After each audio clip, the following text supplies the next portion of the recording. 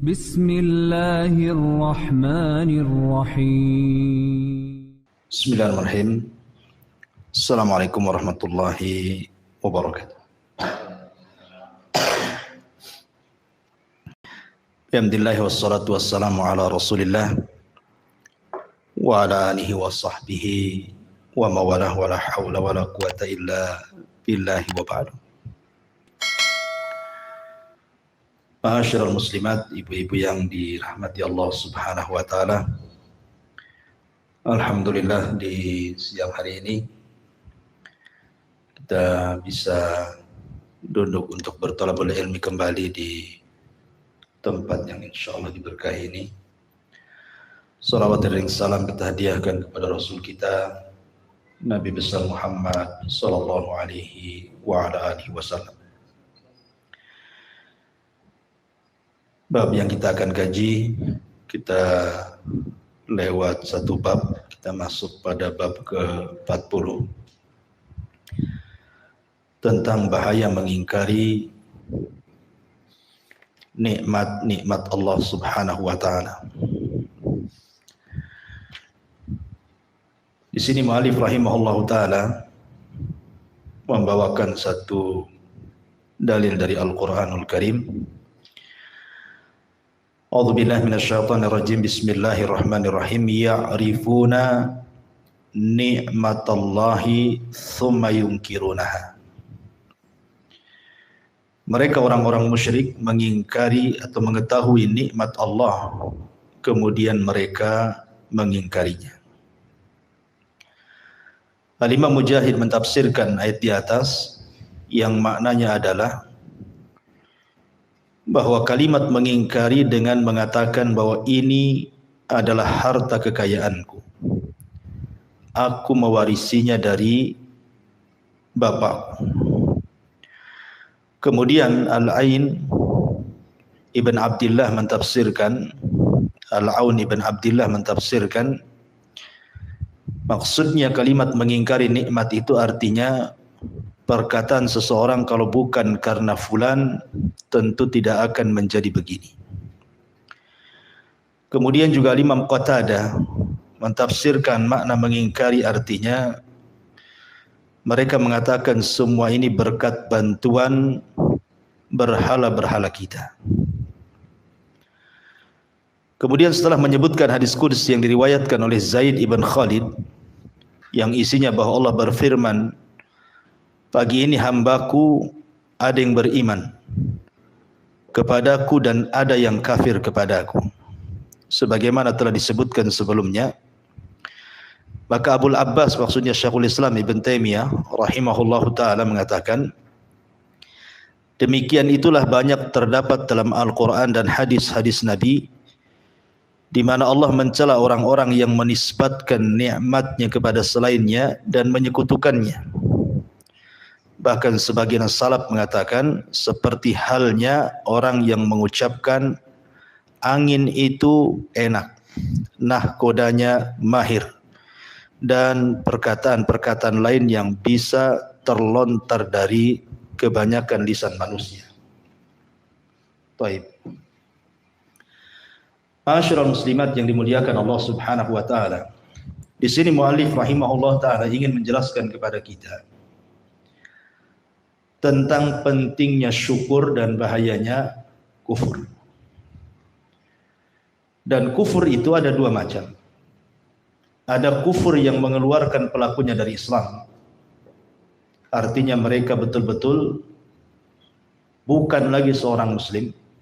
Seperti contohnya kufur juhud. Kufur menentang. Menentang adanya Allah, menentang Rasul, menentang nama dan sifatnya, menentang ayat-ayat Al-Quran, dan begitu seterusnya. Maka ini kufur bisa mengeluarkan dari Islam. Dan di sana ada kufur nikmat.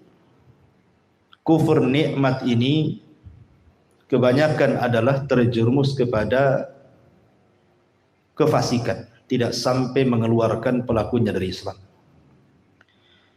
Dan itulah umumnya orang bermaksiat kepada Allah Azza wa Jalla. Orang berzina, minum khamar, membunuh, dan begitu seterusnya, itu disebut kufur nikmat dan jatuhnya kepada dosa besar.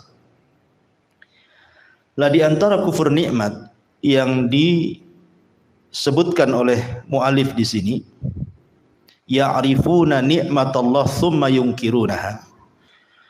Mereka mengetahui nikmat Allah kemudian mereka mengingkarinya. Sebagian para ulama mengatakan apa yang dimaksud nikmat Allah di sini? Ada yang mengatakan bahwa nikmat Allah di sini artinya adalah kedatangan Nabi SAW. Jadi datangnya Nabi SAW itu sebuah nikmat kepada manusia. Tetapi banyak orang-orang kafir jahiliyah di zaman itu mengingkarinya. Padahal mereka tahu bahwa dia seorang nabi dengan diperlihatkan banyak mukjizat di mata mereka. Atau orang-orang Yahudi Madinah yang mereka mengetahui bahwa dia seorang nabi karena tercantum dalam kitab-kitab mereka, tapi mereka tidak beriman.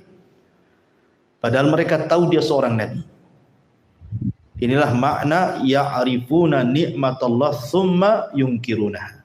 Mereka mengenal nikmat Allah diutusnya nabi, tetapi mereka mengingkarinya. Penafsiran yang kedua, ada yang mengatakan bahwa nikmat Allah di sini artinya Islam. Mereka mengenal nikmat Islam, kesempurnaan Islam, bahwa Islam adalah agama yang hak, Islam adalah agama satu-satunya yang diridhai oleh Allah Subhanahu wa taala, kemudian mereka mengingkarinya, kufur dengan Islam.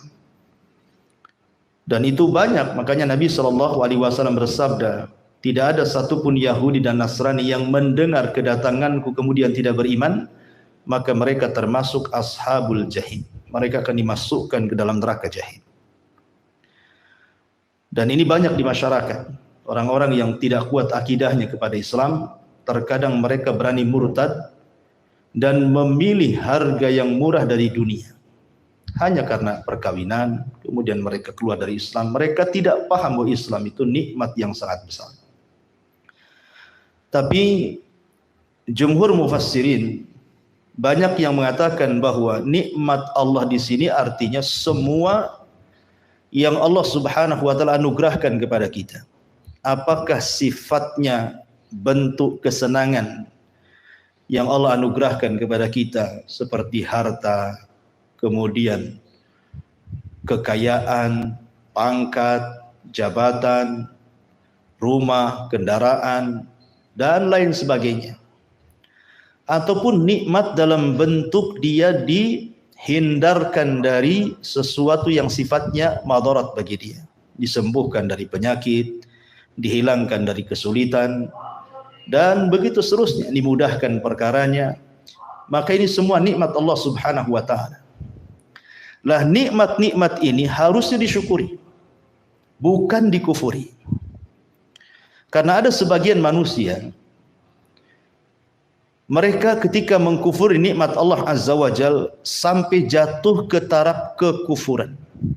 Kapan ketika mengingkari nikmat Allah itu jatuh kepada kekufuran? Ketika dia nasabkan dalam hatinya dan terlontar dalam lisannya bahwa nikmat itu datang dari selain Allah. Seperti contohnya Qarun. Qarun menasabkan nikmat itu dari dirinya, bukan dari Allah Subhanahu wa taala. Sehingga Qarun mengatakan innama utitu min ilmin indi.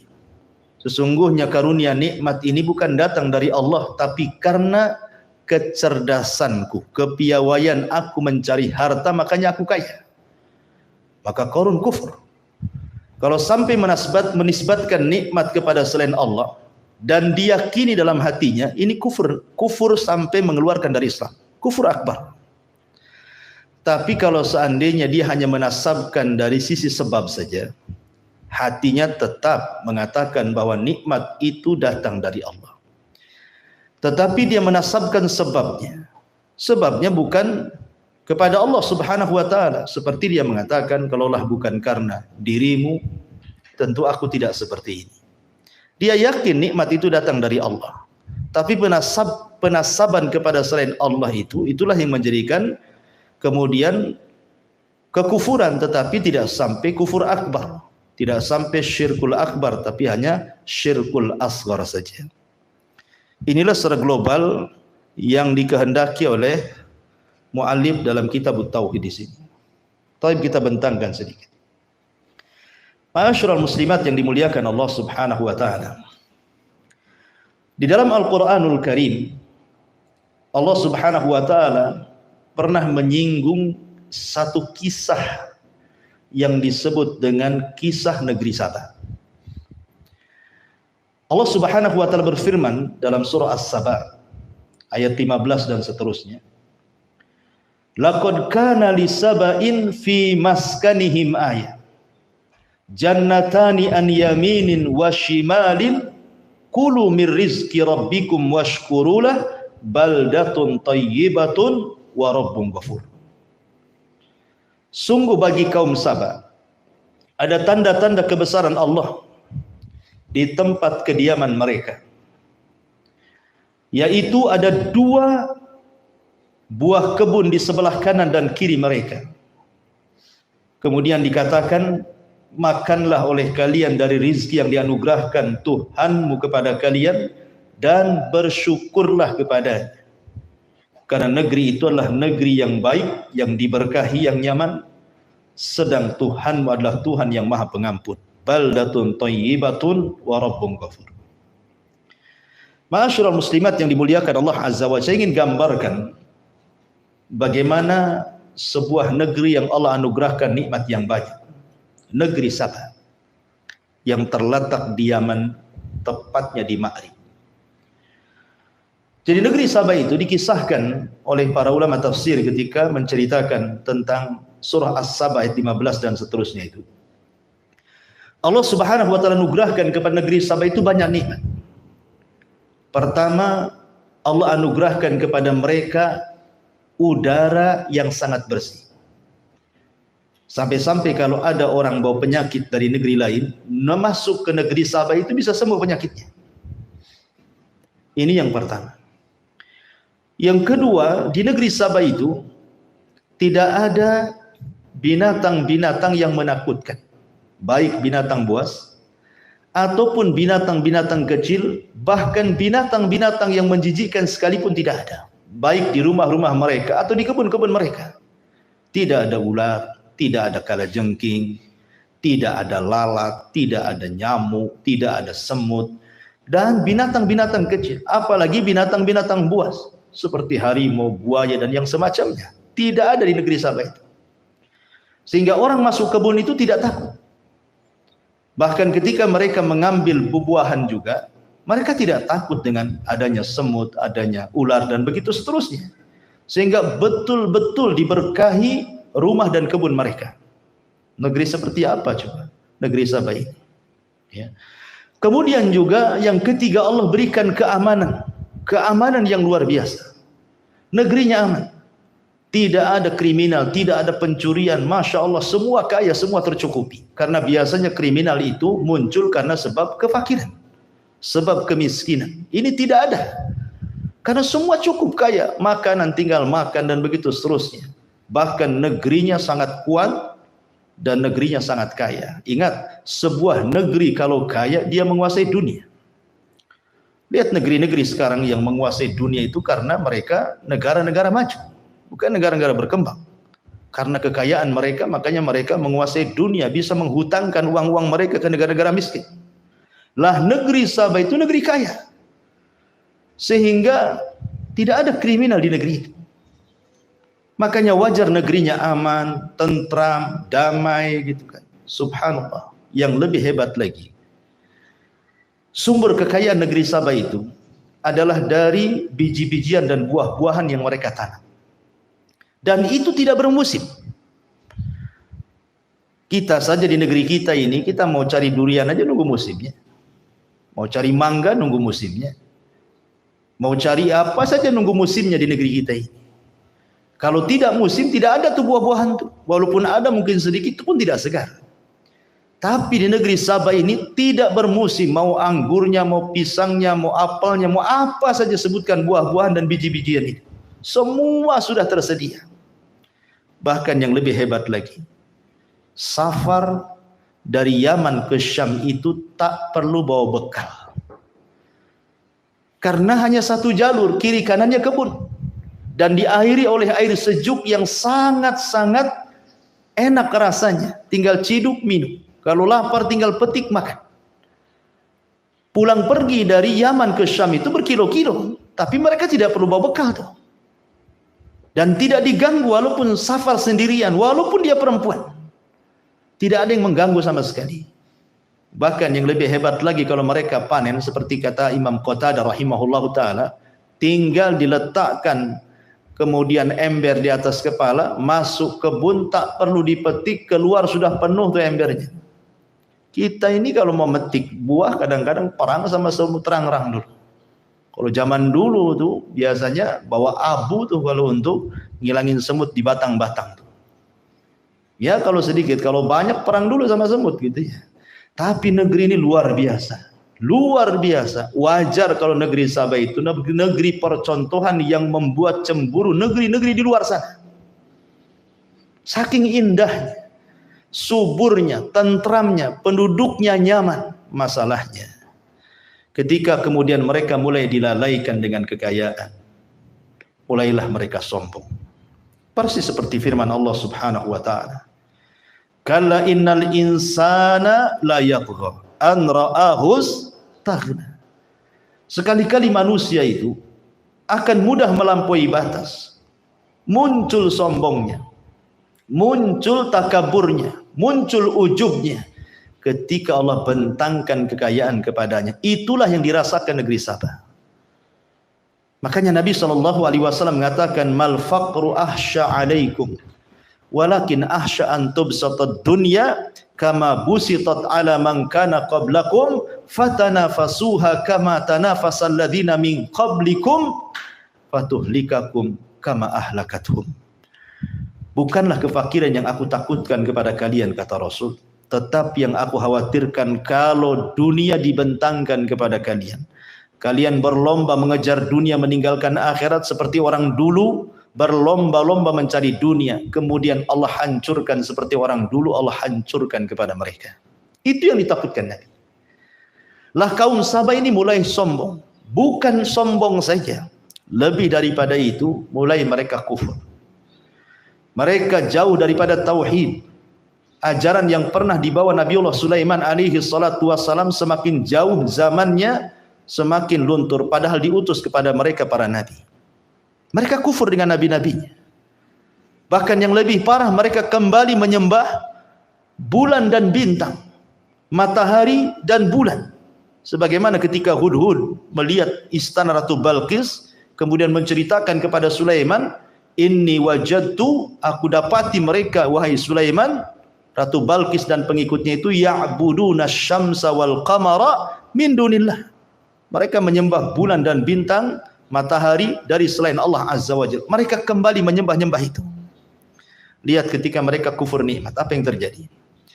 Maka Allah Subhanahu wa taala lanjutkan ayatnya, fa'aradu fa'arsalna 'alaihim sailal arid. Tetapi ketika mereka berpaling, tidak syukur nikmat, apa yang terjadi?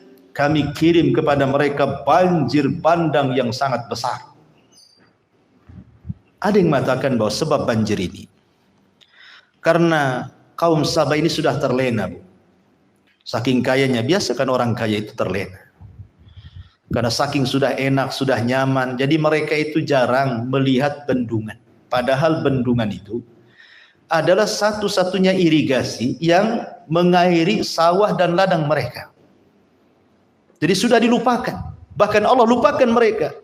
Rupanya Allah kirim tikus-tikus sebesar kucing, kemudian menggerogoti bendungannya. Karena bendungan zaman dulu bukan kayak kita, pakai semen, pakai coran. Bendungan dulu ya pakai kayu gitu. Sehingga digerogotilah kayu-kayu itu. Ketika mereka sudah tingkat kekufuran, tikus itu pula mampu menggerogoti satu kayu, kemudian jebol, kemudian rusak satu bendungan, kemudian airnya melimpah ruah, memendamkan seluruh kota-kota di Sabah, kebun-kebun di Sabah. Apa yang terjadi? Wa baddalnahu bi jannataihim jannataini dzawatai ukulin khamtin wa athlin wa syai'in min sidrin qalil. Maka Allah Subhanahu wa taala ceritakan ketika banjir itu sudah melulantakkan negeri Sabah, merusak kebun-kebunnya, tidak ada satupun pohon yang hidup, semua mati kecuali hanya 3 pohon yang disisakan Allah Azza wa Jalla. Itu pun pohon-pohon yang tidak bisa dinikmati. Pertama apa? Allah mengatakan ukulin khamtin. Khamtin itu sebuah pohon berbuah tetapi buahnya pahit. Ada yang mengatakan pohon cemara. Khamtin itu cemara. Cemara itu ada buahnya, enggak ada buahnya cemara itu. Walaupun ada buahnya pahit, enggak bisa dimakan. Ada yang mengatakan pokoknya buah rasanya pahit, enggak bisa dimakan. Kemudian athlin, pohonnya besar, tidak berbuah, hanya untuk naungan saja. Ya. Kemudian wasyai'in min sidrin qalil, dan sedikit dari pohon bidara. Pohon bidara ini memang berbuah, kecil-kecil bisa dimakan, tapi tidak bisa mengenyangkan. Coba bayangkan, Allah azab negeri itu, tidak disisakan satupun pohon anggur, mangga, buah, macam-macam buah, kecuali hanya 3 pohon yang sebagiannya tidak bisa dimakan, sebagiannya tidak mencukupi kebutuhan. Begitulah Allah Subhanahu wa taala balas, sehingga Allah tutup ayatnya, dzalika jazainahum bima kafaru. Begitulah kami membalas kepada mereka karena kekafiran mereka, karena kufur nikmat. Wa hal nujazi illal kafur. Maka Allah Subhanahu wa taala tidak pernah mengadab kecuali kepada orang-orang yang kufur. La in syakartum la azidannakum wa la in kafartum inna adzabi lasyadid. Sampai ada seorang syekh bercerita, dahulu negeri Afrika itu negeri yang sangat kaya, sangat subur, mungkin ratusan tahun yang silam. Sampai mereka kalau makan itu mereka membuang-buang makanan, saking banyaknya makanan yang ada di hadapan mereka. Sementara sisi lain negeri Arab itu negeri yang miskin, tandus, padang pasir, kering kelontang, apa yang bisa ditumbuhi di situ? Tapi kemudian orang-orang sana tidak bersyukur kepada nikmat Allah. Mereka membuang-buang nikmat, membuang-buang makanan, tidak bersyukur kepada Allah. Sebagian mereka masuk ke agama Nasrani dan begitu seterusnya. Akhirnya lihat hari ini, lihat negeri yang dulunya kering kelontang, padang pasir, Allah Subhanahu wa taala buat negeri itu kaya, dan negeri yang dulu kaya buat Allah miskin, bahkan perang setiap hari. Kenapa terjadi seperti ini? Kata Syekh ini mengatakan, ya karena mereka kufur nikmat, yang satu syukur nikmat. Lihat negeri Saudi, karena penduduknya bersyukur kepada Allah Azza wa Jalla, kaya raya. Tidak menyangka bahwa dari perut bumi akan muncul gas dan yang semacamnya sehingga bisa membangun negerinya. Padahal padang pasir. Itulah kalau Allah Subhanahu wa taala berkehendak, la in syakartum la azidannakum. Allah tambah nikmatnya. Tapi negeri kaya sekaya apapun, kalau mereka kufur, maka mereka akan dimiskinkan oleh Allah Subhanahu wa taala. Ma'asyiral muslimat yang dimuliakan Allah Subhanahu wa taala. Makanya kita sayangkan, kadang maaf Bu ya, banyak di masyarakat kita ini kadang-kadang makanan itu persis seperti kata Syekh Shalih Fauzan hafizahullah taala, dibuang-buang. Ya. Kayaknya enggak ada harganya makanan itu. Padahal Nabi sallallahu alaihi wasallam mengatakan, apabila jatuh makanan salah seorang di antara kalian, kata Rasul, pungut, ambil. Ya. Bahkan makanan yang ada di jari saja Nabi sallallahu alaihi wasallam menyuruh kita untuk menjilatinya. Alasannya karena kita tidak tahu berkah makanan itu ada pada makanan yang ada di mana, yang ada di piringkah, yang jatuhkah, yang ada di jarikah. Sampai Rasul mengatakan seperti itu. Bahkan Nabi SAW satu ketika berjalan, tiba-tiba di tengah jalan menemukan kurma, hampir dimakan Nabi, karena sayang walaupun satu butir. Tapi tidak jadi, kalaulah bukan karena takut itu sedekah, tentu Rasul akan memakannya. Tapi seperti itulah Nabi SAW menghargai makanan, gitu maksudnya. Menghargai makanan. Makanya kalau kita sudah paham bahwa kebutuhan kita itu makan tidak banyak, janganlah masak banyak. Kalaupun harus masak banyak, persis seperti nasihat Rasul kepada Abi Dzar. Wahai Abi Dzar, kalau engkau ingin masak, masaklah yang banyak, bagikan ke tetangganya. Tapi kalau tidak mau berbagi kepada tetangga, tidak perlu masak banyak, masaklah secukupnya. Jangan berlebihan, kemudian akhirnya yang dibuang lebih banyak dibandingkan yang dimakan. Ini kufur nikmat. Ya, semua akan ditanya oleh Allah Subhanahu wa taala, "Falyanzuril insan ila ta'ami." Manusia hendaklah melihat kepada makanan yang dimakannya. Jangan disia-siakan. Itu rizki dari Allah, nikmat dari Allah. Bagaimana kalau Allah cabut coba? Seperti lihat saudara-saudara kita yang tertimpa musibah itu. Mereka hidup di tenda-tenda. Kalau bukan karena Allah kemudian pertolongan para muhsinin, mereka susah makan. Mungkin kelaparan di antara mereka. Susah hidup sehat, mungkin sakit di antara mereka. Tetapi kita pula yang diberikan nikmat banyak, kesehatan, kita pula membuang-buang makan. Di mana akan? Itu nikmat dari Allah Subhanahu wa ta'ala. Jangan sampai menjadi kufur nikmat. Ataupun pakaian. Kadang-kadang ada orang yang menumpuk-numpuk pakaian. Kalau memang pakaian itu sebagian tidak dipakai, berikan kepada orang-orang yang tidak punya pakaian.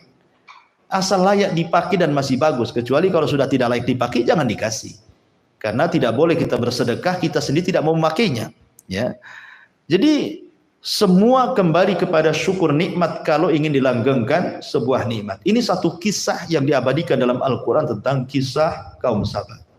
Kisah yang kedua disebutkan juga di dalam surah Al-Kahfi ayat 32 dan seterusnya. Allah Subhanahu wa taala mengatakan, "Wadrib lakum mathalan rajulaini ja'alna li ahadihima jannataini min a'nabin wa hafafnahuma binakhlin wa ja'alna bainahuma zar'a. Kiltal jannataini atat ukulaha wa lam tadlim minhu syai'a wa fajjarna khilalahuma nahara." Dan berikanlah wahai Muhammad kepada mereka sebuah perumpamaan. Dua orang laki-laki, yang satu kafir, yang satu beriman. Kami beri dua buah kebun anggur dan kami kelilingi kedua kebun itu dengan pohon-pohon kurma, dan di antara kedua kebun itu kami buatkan ladang. Kedua kebun itu menghasilkan buahnya, tidak berkurang buahnya sedikit pun, dan di celah-celah kedua kebun itu kami alirkan sungai yang sejuk. Subhanallah, ini kurang lebih dengan kisah negeri Sabah tadi. Allah berikan dua kebun. Kisahnya begini. Ada dua orang yang berkawan, kemudian berbisnis, kemudian cekcok. Karena biasanya orang yang berbisnis kalau lebih daripada satu orang biasanya ada masalah.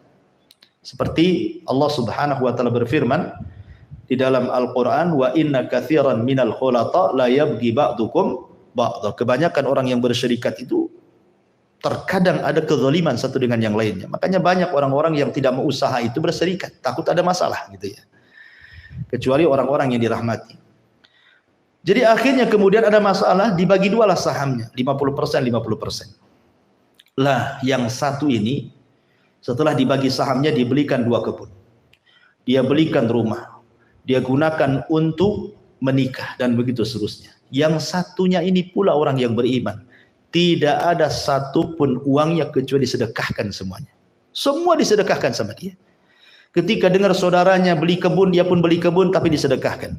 Ketika saudaranya mendengar beli rumah, dia pun beli rumah disedekahkan. Ketika saudaranya digunakan untuk menikah, maka dia pun kemudian memerdekakan budak dan begitu seterusnya. Pokoknya yang satu itu betul-betul disedekahkan, yang satu pula poya-poya dengan kekayaan. Akhirnya Allah takdirkan yang kufur ini, dia belikan dua kebun. Allah buat kebun itu menjadi surga. Bagaimana tidak surga? Allah buat kebun anggur itu tidak bermusim. Kemudian dikelilingi sebagai pagar kebun itu pohon kurma. Kemudian dialiri air yang sangat jernih. Dan setiap hari dipetik hasilnya, kemudian dijual menguntungkan. Begitulah bertahun-tahun sampai akhirnya kaya raya. Kebunnya bertambah, anak buahnya bertambah, hartanya banyak luar biasa. Allah cukupkan kehidupannya. Yang satu yang orang yang beriman yang harta disedekahkan ini, akhirnya suatu ketika Allah uji dia menganggur. dan ingin mencari pekerjaan. Dia teringat dengan kawannya yang dulu pernah menjadi serikatnya. Daripada dia mencari pekerjaan ke orang lain, dia cobalah datang ke kawan yang sudah kaya ini. Boleh jadi ada pekerjaan, ya cukuplah untuk makan dia dan keluarganya. Tetapi ketika dia melamar kerja, bukannya diterima, tetapi malah dihardik, dicaci, dimaki, dibodoh-bodohkan. Bodoh kamu, dulu punya harta, kenapa tidak seperti aku? Dan begitu seterusnya. Pokoknya intinya dia sombong kepada kawannya. Akhirnya dia mengatakan, lihat kesombongannya. Faqala li sahibihi wa huwa yuhawiru ana aktsaru minka malan wa a'azzu nafar. Dia mengatakan kepada kawannya yang baik yang beriman itu, lihat hartaku banyak. Mana harta?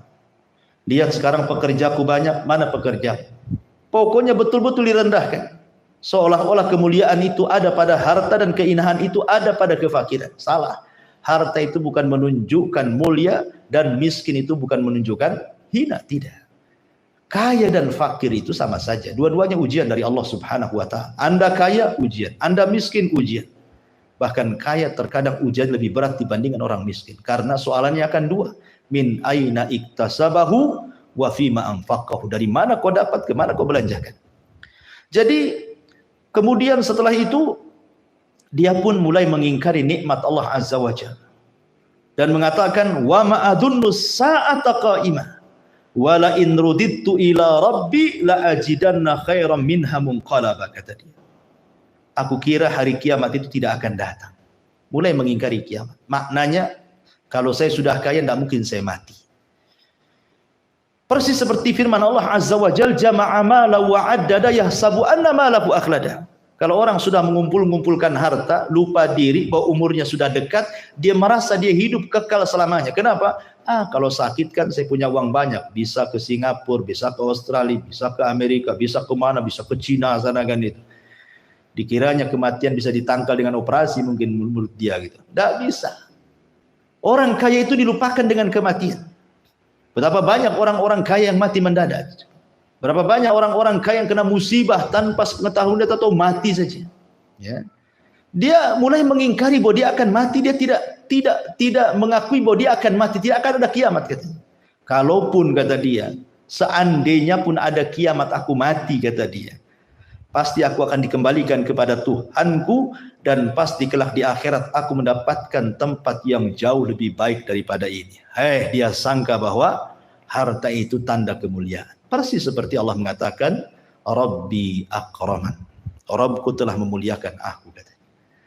Jadi kalau di dunia saja Allah muliakan dengan kekayaan, di akhirat lebih lagi dimuliakan, kata dia. Ya, dia mengatakan seperti itu, mulai kufur dia.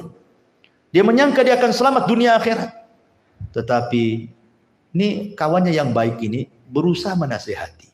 Qala lahu sahib wa huwa yuhawiru. Akafarta billadzi khalaqaka min turabin summa min nutfatin summa sawwaka rajula. Kamu jangan ingkar kepada Tuhan yang telah menciptakan engkau dari tanah, kemudian dari setetes mani, lalu dia menjadikan engkau seorang laki-laki yang sempurna. Jangan kufur. Artinya apa yang disombongkan dengan kamu? Kamu loh keluar dari tempat najis, engkau pun membawa najis, dan engkau akan menjadi bangkai dan tidak ada orang mendekatimu. Lakinnahu wallahu rabbi wa la usyrik bi rabbi ahada. Tetapi aku percaya bahwa dia Allah Tuhanku dan aku tidak mempersekutukan Tuhanku dengan sesuatu apapun. Ya, akibat kufur nikmat. Apa yang terjadi? Ya. Ketika dia hendak mengusir kawannya ini, kemudian dia ingin mengajak ke kebunnya yang sangat indah, yang sangat luas, yang banyak pekerjanya itu. Jadi di malam itu dia tidak tahu bahwa Allah Subhanahu wa taala mengirimkan petir, mengirimkan halilintar, kemudian membakar seluruh kebun anggurnya, jatuh sampai ke para-parapnya. Ya, para-parap itu kan pohon anggur itu kan ada penyanggahnya. Sampai ke penyanggahnya itu terbakar semuanya, sehingga tidak ada satupun di tanah itu kecuali ludes kebakar, tinggal hanya hitamnya saja, abunya saja. Subhanallah. Ketika dia hendak memperlihatkan kepada kawannya apa yang terjadi, seperti itu Allah Subhanahu wa taala adab. Kenapa? karena kufur nikmat. Itulah kisah pemilik kebun. Ketika kufur, inna adzabi lasyadid. Sungguh azabku sangat pedih. Maka jangan pernah kufur kepada nikmat Allah Azza wa Jalla. Kemudian kisah yang ketiga. Allah Subhanahu wa taala sebutkan dalam surah An-Nahl ayat 112. Allah mengatakan, "Wa daraballahu mathalan qaryatan kanat aminatan mutmainnatan ya'tiha rizquha ragadan min kulli makan. Fakafarat bi an'umillah fa'adzaqaha Allahu libasal ju' wal khaufi bima kanu yasna'un." Dan Allah telah membuat perumpamaan dengan sebuah negeri yang dulunya aman lagi tentram. Rizki datang kepadanya melimpah ruah dari segenap tempat. Tetapi penduduknya mengingkari nikmat-nikmat Allah. Karena itulah Allah menimpakan kepada mereka bencana kelaparan dan ketakutan disebabkan apa yang mereka lakukan. Ayat ini bercerita tentang negeri Mekah. Dahulu negeri Mekah di zaman Nabi SAW sebelum Nabi diutus. Negeri Mekah itu negeri yang aman, damai. Ya. Luar biasa. Sampai Allah Subhanahu wa taala katakan li'ila fi Quraisyin ila fihim rihlatash syita'i was-saif falyabudu rabb hadzal bait alladzi at'amahum min ju'i wa amanahum min khauf. Bagaimana Allah menggambarkan kebiasaan orang Quraisy itu? Allah berikan nikmat banyak. Pertama ada Ka'bah di situ. Itu nikmat Allah. Ya. Yang kedua Allah berikan rizki yang luar biasa. Mereka berjalan berniaga kemanapun, ke Yaman, ke Syam, tidak ada yang berani mengganggu dia. Yang ketiga Allah berkahi negerinya. Apapun yang mereka inginkan, walaupun negeri tandus seperti itu, makanan limpah ruah luar biasa. Tetapi ketika datang Nabi SAW, mereka tidak mau beriman. Mereka kufur kepada Nabi SAW. Maka Nabi SAW berdoa kepada Allah agar ditimpakan paceklik seperti paceklik yang terjadi di zaman Nabi Yusuf SAW. Rasul mendoakan mereka. Ya, bisab'in kasab'i Yusuf. Bagaimana Nabi Yusuf ketika Raja Akhnatun Fir'aun ini meminta tafsir mimpi kepada Nabi Yusuf. Bahwa dalam mimpinya dia melihat ada sapi yang gemuk memakan sapi yang kurus. Kemudian tangkai-tangkai gandum yang hijau dicampurkan dengan tangkai-tangkai gandum yang kering. Rupanya maksudnya akan terjadi paceklik selama 7 tahun. Di mana sapi yang tadinya gemuk menjadi kurus, kemudian tangkai yang tadinya hijau menjadi kering. Ya. Lah Nabi mendoakan paceklik seperti itu. Dan luar biasa. Allah Subhanahu wa taala kirimkan paceklik yang hebat sampai dikisahkan di sini fa asabathum sanatun adhabat kulla syai'in lahum hatta akalul juluda wal mayyitata wajifa. Rawahul Bukhari wa Muslim. Sampai ketika terjadi paceklik hebat, maka orang-orang Quraisy yang ada di Mekah, mereka tidak ada makanan yang mereka makan kecuali mereka makan kulit, makan bangkai, bahkan makanan-makanan yang tidak menyehatkan badan. Nauzubillah. Ya, karena mereka kufur. Ketika sebuah negeri kufur, maka akan ditimpakan azab. Tapi ketika negeri itu beriman, apa kata Allah? Walau anna ahlal qura amanu wattaqau lafatahna alaihim barakatim minas sama'i wal ardh. Kalau seandainya satu negeri beriman dan bertakwa, Allah buka barokahnya dari negeri itu, dari langit dan bumi. Ma'asyiral muslimin yang dimuliakan Allah Azza wa Jalla. Kemudian kisah yang keempat, kisah yang ma'ruf, kisah Qarun. Ya. Allah Subhanahu wa taala mengatakan di dalam Al-Qur'an, inna Qarun kana min qaumi Musa fabagha alaihim wa atainahu minal kunuz ma inna mafatihahu latanu bil usbati ulil quwwah id qala lahu qaumuhu la tafrah innallaha la yuhibbul farihin. Sesungguhnya Qarun termasuk kaum Musa. Ada yang mengatakan Qarun itu ulamanya Bani Israel. Dia disebut munawwir karena dia bercahaya wajahnya. Kalau membaca Taurat saking indahnya disebut munawwir. Tetapi kemudian dia bagha, melampaui batas. Ketika Allah berikan kekayaan banyak. Kalla innal insana la yatgha. Jadi bagha dia, melampaui batas. Padahal kekayaan itu datang dari Allah.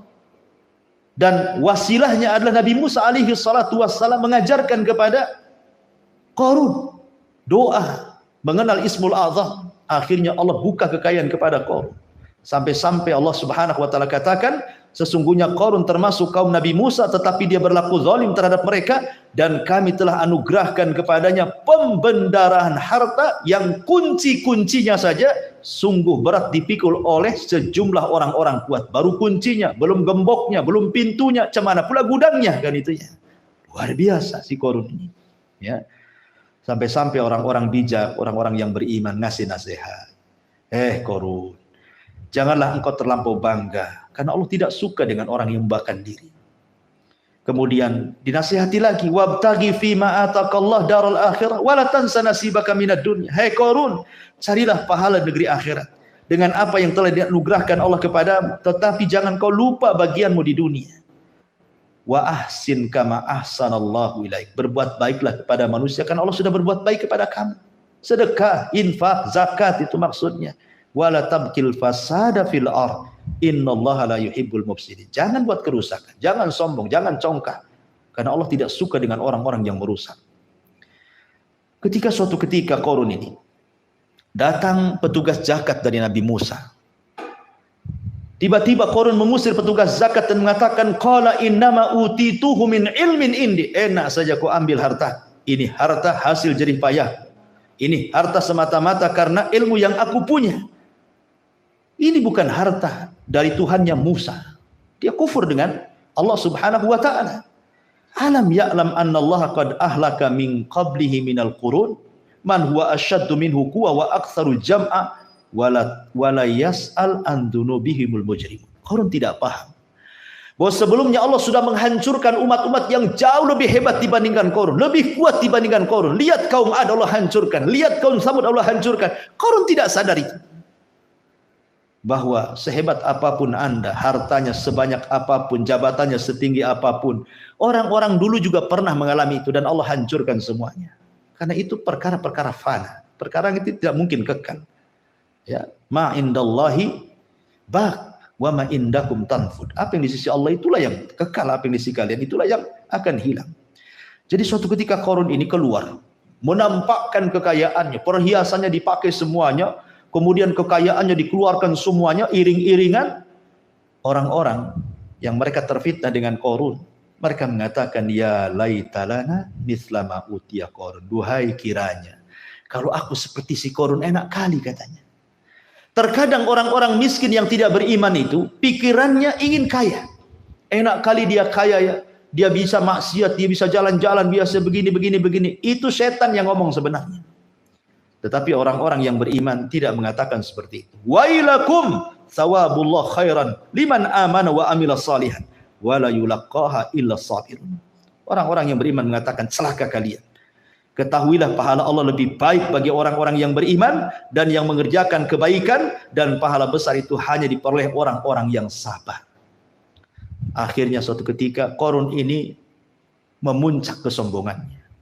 Bukan hanya sombong, harta itu dinasabkan kepada dirinya, sombong, menolak zakat, mulai dia menghina Musa alaihi salatu wassalam dan membuat makar kepada Musa.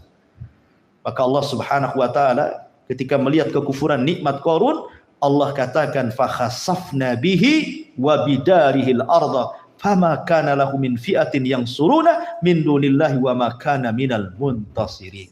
Maka kami benamkan Qarun bersama rumahnya ke dalam bumi, maka tidak ada baginya satu golongan pun yang akan menolongnya selain Allah, dan dia tidak termasuk orang-orang yang mampu membela diri di hadapan Allah. Subhanallah. Ya. Dan kisah yang terakhir dari hadis Nabi SAW. Suatu ketika Nabi SAW menceritakan tentang kisah di zaman Bani Israel. 3 orang yang Allah berikan nikmat. 1 orang diberikan penyakit kulit luar biasa, sampai orang jijik dan tidak mau mendekat. Yang kedua, orang diberikan penyakit di kepalanya, menjijikan sehingga orang tidak mau mendekat. 1 orang yang ditimpakan buta permanen dari kecil. Datanglah malaikat kepada orang yang pertama dan mengatakan, tamannaita ya abdi, silahkan hambaku, kalau engkau ingin sesuatu berangan-anganlah. Jika Allah menghendaki kepadamu sesuatu, kira-kira kau mau minta apa?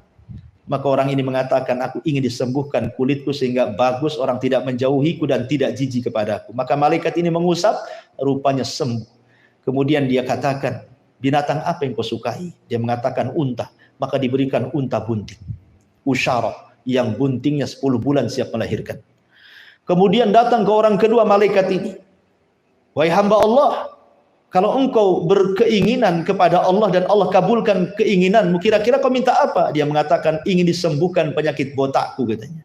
Dan penyakit di kepalaku. Dan agar Allah menumbuhkan rambut yang indah supaya manusia tidak jijik dan memujiku.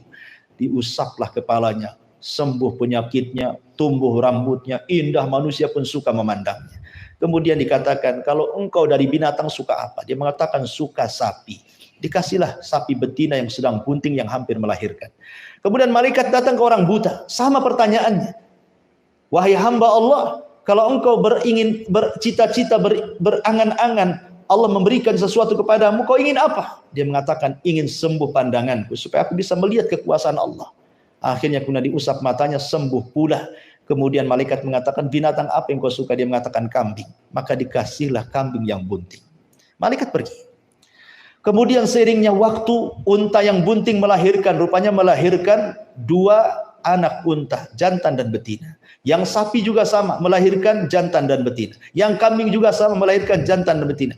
Akhirnya diberkahilah hewan-hewan ini. Berkembang untanya, berkembang sapinya, berkembang kambingnya. Sehingga sampai 1 lembah penuh menjadi orang kaya. Karena kekayaan itu diukur di zaman itu adalah dengan ternak. Ya. Sehingga kemudian malaikat ingin menguji. Diperintahkan Allah uji mereka. Syukur atau kufur.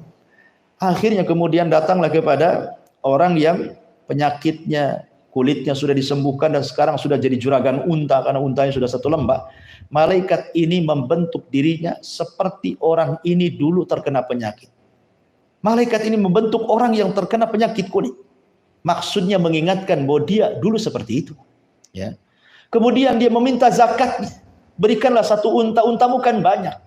Maka dia pun mengatakan, sesungguhnya harta ini adalah warisan nenek moyangku, bapakku. Ya, kau tidak berhak mengambilnya. Malaikat ini mengatakan, bukankah itu adalah pemberian Allah? Dia mengingkari, bukan, ini harta dari warisan bapakku katanya. Kemudian dia mengatakan, kalau engkau dusta, maka Allah akan kembalikan penyakitmu dan Allah akan miskinkan kembali kamu. Akhirnya karena dia berdusta, maka Allah kembalikan penyakitnya dan Allah miskinkan lagi. Kemudian datang ke orang kedua pun sama jawabannya. Akhirnya Allah miskinkan dan Allah kembalikan penyakit botaknya itu. Kecuali yang ketiga. Ketika datang kepada orang buta ini mengatakan, kalau engkau ingin kambing, jangan 1 ekor, 1 lembah pun aku kasih. Karena aku sudah bersyukur dengan melihatku, aku bisa melihat kekuasaan Allah Subhanahu wa ta'ala. Malaikat ini mengatakan, sungguh aku malaikat yang diutus Allah, bahwa engkau termasuk hamba Allah yang bersyukur, maka penyakitmu tidak akan dikembalikan dan kekayaanmu akan semakin bertambah. La in syakartum la azidannakum wa la in kafartum inna adzabi lasyadid. Maka dari kisah-kisah ini kita tahu, ibu yang dimuliakan Allah Subhanahu wa taala, bahwa syukur nikmat itu adalah satu bagian daripada melanggengkan nikmat. Kufur nikmat itu terbalik, bisa menghilangkan seseorang itu nikmat Allah Subhanahu wa taala. Pertanyaannya, ma'asyiral muslimat yang dimuliakan Allah Subhanahu wa taala, bagaimana caranya seseorang itu bersyukur kepada Allah Azza wa Jalla?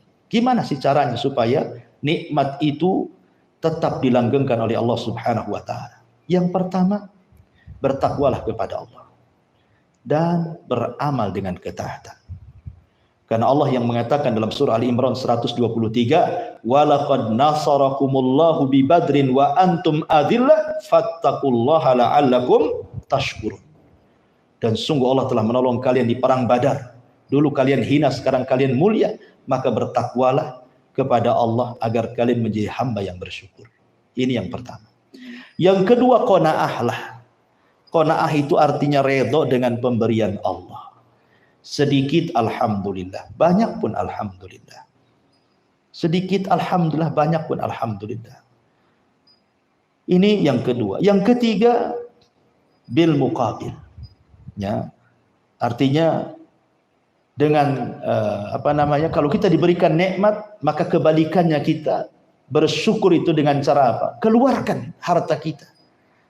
Entah dalam bentuk zakat yang merupakan kewajiban, entah dalam bentuk sedekah, entah dalam bentuk infak, dan begitu seterusnya, supaya tetap nikmat kita dan bertambah. Kemudian yang keempat, salat duha. Ini juga disebutkan dalam hadis Nabi SAW dari hadis Abi Dzar radhiyallahu an, yusbihu ala kulli sulama min ahadikum sadaqah, wa kullu tasbihatin sadaqah, wa kullu tahmidatin sadaqah, wa kullu tahlilatin sadaqah, wa kullu takbiratin sadaqah, wa amru bil ma'ruf sadaqah, wa nahyun anil munkar sadaqah, wa yujzi'u min dzalika rak'atani yarka'uhuma minad duha. Rawahul Bukhari wa Muslim. Setiap pagi anggota badan ini harus mengeluarkan sedekah. Setiap tasbih sedekah, setiap tahmid sedekah, setiap tahlil sedekah, setiap takbir sedekah, mengajak kepada kebaikan sedekah, mencegah dari kemungkaran sedekah, dan itu tidak perlu dilakukan, cukup dengan 2 rakaat duha sudah mewakili semuanya. Maka banyak-banyaklah salat duha. Kemudian yang nomor 5, banyak-banyaklah sujud syukur. Karena Nabi SAW apabila datang perkara yang menyenangkan beliau, sajidan syakiran lillah, maka beliau sujud bersyukur kepada Allah Subhanahu wa taala. Kemudian yang nomor 6, jangan lupa berdoa. Berdoa kepada Allah Subhanahu wa taala. Doanya seperti apa? Seperti yang diajarkan Rasul. Allahumma inni ala dzikrika wa syukrika wa husni ibadatik. Ya Allah, tolonglah aku agar bisa mengingat kamu, bersyukur kepadamu, dan memperbaiki ibadah kepadamu. Doa yang diajarkan Rasul kepada Mu'ad, dan ini bacalah setiap selesai sholat. Allahumma inni ala dzikrika wa syukrika wa husni ibadati. Kemudian nomor 7, tafakkur fi ni'amillah, berfikir tentang nikmat Allah Subhanahu wa taala. Wa fi anfusikum afala tubsirun. Kalaupun kita mau ngaca, Bu, mata ini nikmat, hidung nikmat, telinga nikmat, wajah nikmat, semua nikmat ini. Sudahkah kita syukuri nikmat-nikmat ini dengan memandang yang halal, mendengar yang dibolehkan, tidak mengucap kecuali yang baik, bergerak ke tempat yang baik, dan begitu seterusnya? Maka cobalah nikmat ini dipikirkan. Bahwa banyak nikmat Allah Subhanahu wa taala yang sudah dianugerahkan kepada kita. Kalaupun ada komputer yang bisa menghitungnya, tidak akan bisa terhitung. Komputernya sudah rusak, nikmat Allah tidak akan bisa dihitung. Saking banyaknya. Kemudian yang nomor 8, syukur dengan cara badlul ma'ruf. Badlul ma'ruf, memberikan yang terbaik. Membantu tetangga, membantu orang susah, membantu fuqara wal masakin. Artinya bahwa gunakan nikmat Allah di jalan Allah. Jangan menggunakan nikmat di jalan syaitan. Karena itu bukan bersyukur, itu kufur, bentuk kufur. Ya. Ini 8 perkara orang dikatakan syukur nikmat. Adapun wasilah-wasilah yang bisa supaya kita mudah bersyukur, Bu. 1, lihat kepada kefakiran orang. Dan lihat kepada bencana yang Allah timpakan kepada orang. Kata Nabi SAW, ungduru ila man huwa asfala minkum, wala yangduru ila man huwa fauqakum, fahuwa ajdar alla tajdar nikmatallah alaikum. Lihat ke yang rendah, jangan lihat ke yang tinggi. Itu lebih bisa bersyukur akan nikmat Allah. Dan lebih jauh dari kekufuran kepada nikmat Allah, kata Nabi. Kalau kita melihat orang kaya terus, sehingga kita berpikir kapan saya kaya, akhirnya tidak syukur dia. Tapi kalau kita melihat ke orang miskin, alhamdulillah saya masih lebih kaya dibandingkan dia. Kalau melihat ada orang sakit, alhamdulillah saya masih sehat. Kalau ada orang lihat lumpuh, alhamdulillah saya masih bisa berjalan. Kalau ada umpamanya orang rumahnya kebakar, alhamdulillah rumah saya masih tidak terbakar. Dan begitu seterusnya. Lihat kepada bala orang dan lihat kepada kefakiran orang. Ini yang pertama, supaya bisa bersyukur. Ya. Kemudian yang kedua, ma'rifatu annal insan bimanzilatil abdil ma'luq li sayyidihi. Jadikan kita ini hamba kepada Allah. Jadikan kita ini hamba kepada Allah. Kita ini tidak punya apa-apa. Kita ini milik Allah Subhanahu wa taala. Karena kebaikan Allah lah, Allah kasih rumah, Allah kasih kendaraan, Allah kasih pasangan, Allah kasih anak, semuanya. Coba kalau seandainya Allah takdirkan kita tidak diberikan apa-apa, apa yang terjadi dengan kita coba? Makanya ingat bahwa kita ini hamba, di sana ada Tuhan yang berikan nikmat kepada Allah Azza wa Jalla. Kemudian yang nomor 3, al-intifa bin ni'ami. Kemudian wa adamu kanziha. Manfaatkan nikmat itu, jangan suka disimpan-simpan. Betapa banyak sekarang orang-orang kaya, subhanallah, ATM-nya triliunan, miliar. Sampai dia mati tidak ada yang keluar tuh uang tuh. Ya, padahal seandainya pun dikeluarkan untuk kebutuhan kematiannya, berapalah kafan yang dia beli? Berapalah kuburan yang ia beli? Berapalah orang-orang yang mengantar yang dia beri, padahal uangnya triliunan tuh, ngapain disimpan itu coba? Ada sebagian orang justru sama sekali gitu ya, tidak disimpan betul, tetapi dibuat hura-hura. Jadi nabung-nabung setiap tahunnya untuk jalan kemana nih?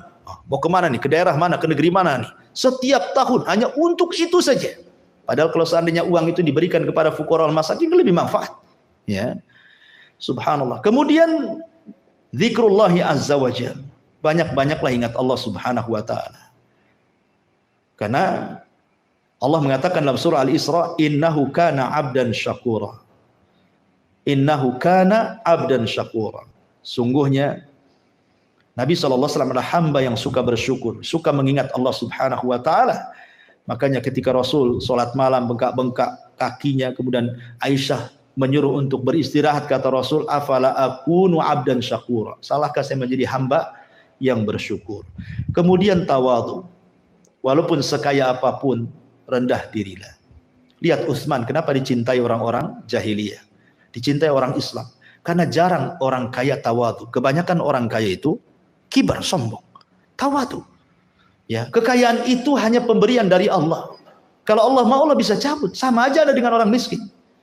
Maka rendah dirilah dengan manusia. Jangan sombong dengan kekayaan itu. Nanti kalau sombong, Allah tenggelamkan Anda dan harta-harta Anda seperti Qarun dalam cerita Al-Quran.